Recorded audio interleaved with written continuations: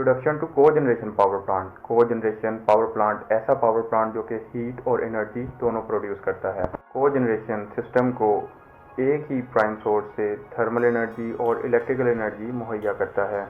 Cogeneration power plant में extraction steam के ज़रिए शुगर प्रोसेस को हीट दी जाती है जो कि शुगर प्रोसेसिंग के लिए इस्तेमाल होती है, और अक्सर जगह पर एक्सट्रैक्शन स्टीम को रीहीटर में इस्तेमाल किया जाता है ताकि बॉयलर की एफिशिएंसी बढ़ाई जाए। इस तरह एक्सट्रैक्शन स्टीम अपना काम करने के बाद कंडेंसेट की हालत में वापस बॉयलर फीड वाटर टैंक में आ जाती है। पहले आइए हम देखते हैं कि कोजनरेशन पावर प्लांट काम कैसे करता है।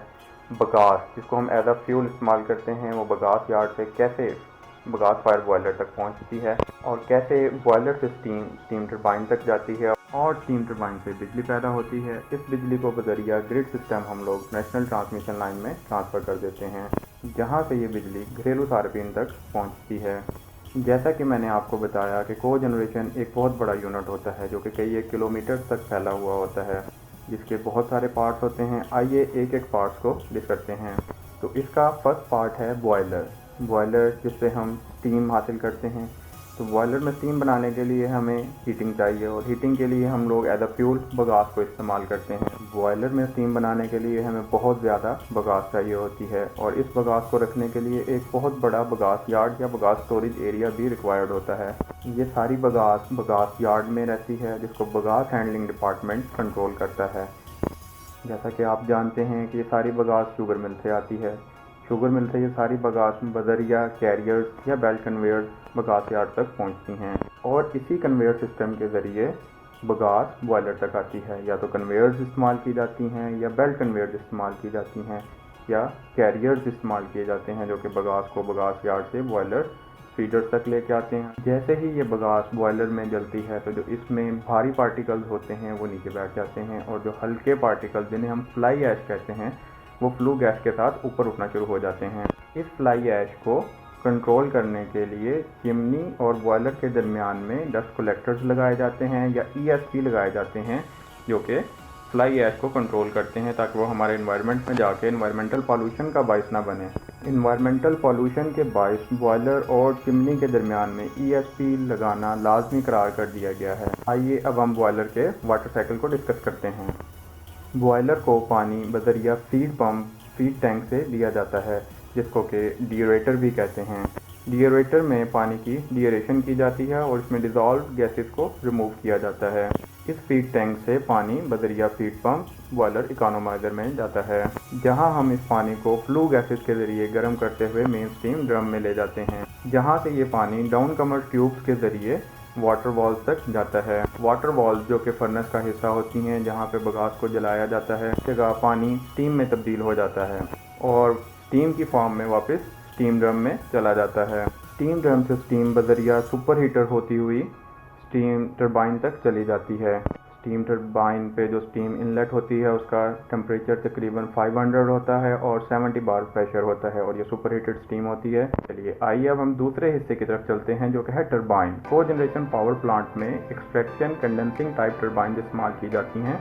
टरबाइन बेसिकली बहुत सारे ब्लेड्स का मजमूआ होता है जो कि देखने में एक पंखा नुमा होते हैं। टरबाइन की बहुत सारी टाइप्स पाई जाती हैं, high pressure turbines, low pressure turbines, medium pressure turbines. जैसे ही स्टीम टरबाइन में इंटर होती है तो वो टरबाइन को घुमाना शुरू करती है और हीट एनर्जी काइनेटिक एनर्जी में कन्वर्ट होती है। जैसे जैसे स्टीम टरबाइन की स्टेजेस में से गुजरती है तो वो अपना टेम्परेचर और प्रेशर कम करती चली जाती है। इसी के अकॉर्डिंग हम टरबाइन में high pressure stage, low pressure stage और मीडियम प्रेशर स्टेजेस को डिफाइन करते हैं।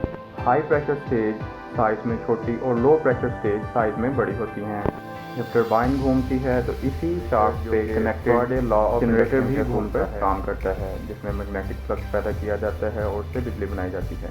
जनरेटर को हम अपने आने वाली वीडियो में डिटेल से डिस्कस करेंगे। जब बिजली बन जाती है तो इसको हम ट्रांसफार्मर और ग्रिड स्टेशन के ज़रिए नेशनल ट्रांसमिशन लाइन्स में शामिल कर देते हैं। अक्सर जगह पर टरबाइन और जनरेटर्स के दरमियान में गियरबॉक्स लगाया जाता है ताकि हम कंट्रोल्ड RPM ले सकें। बजरिया पावर ट्रांसफार्मर्स जो कि स्टेप अप ट्रांसफार्मर्स होते हैं, बिजली के वोल्टेज को 132 kV तक बढ़ाकर बजरिया ट्रांसमिशन लाइंस नेशनल ग्रिड में शामिल कर दिया जाता है। हम third part of the cogeneration यानी कंडेंसेट साइकिल और कूलिंग टावर सिस्टम को डिस्कस करते हैं। जब टरबाइन में अपना काम करने के बाद लो टेम्परेचर और लो प्रेशर की हालत में टरबाइन से निकलती है तो इसको बजरिया कंडेंसर और कूलिंग टावर के ठंडा करके वापस पानी की फॉर्म में तब्दील कर लिया जाता है, जिसको कंडेंसेट कहा जाता है। कंडेंसेट बजरिया कंडेंसेट पंप वापस फीड वाटर टैंक तक ये पानी मुहैया करते हैं। स्टीम टरबाइंस के साथ सरफेस टाइप कंडेंसर इस्तेमाल किया जाता है, जो कि एक बहुत बड़ा shell and tube type condenser होता है, जिसकी ट्यूब्स के अंदर कूलिंग टावर का ठंडा पानी सर्कुलेट करता है और जब स्टीम इन ठंडी ट्यूब्स को टच करती है तो वापस लिक्विड फॉर्म में आ जाती है। ट्यूब्स के अंदर मौजूद कूलिंग टावर का पानी स्टीम को कंडेंस करते हुए हीट गेन करते हुए वापस कूलिंग टावर में ठंडा होने के लिए चला जाता है। कंडेंसर को कूलिंग टावर का पानी सप्लाई करने के लिए बड़े बड़े सेंट्रीफ्यूगल टाइप पंप लगे होते हैं, जिनको MCWs या मेन कूलिंग वाटर पंप कहा जाता है।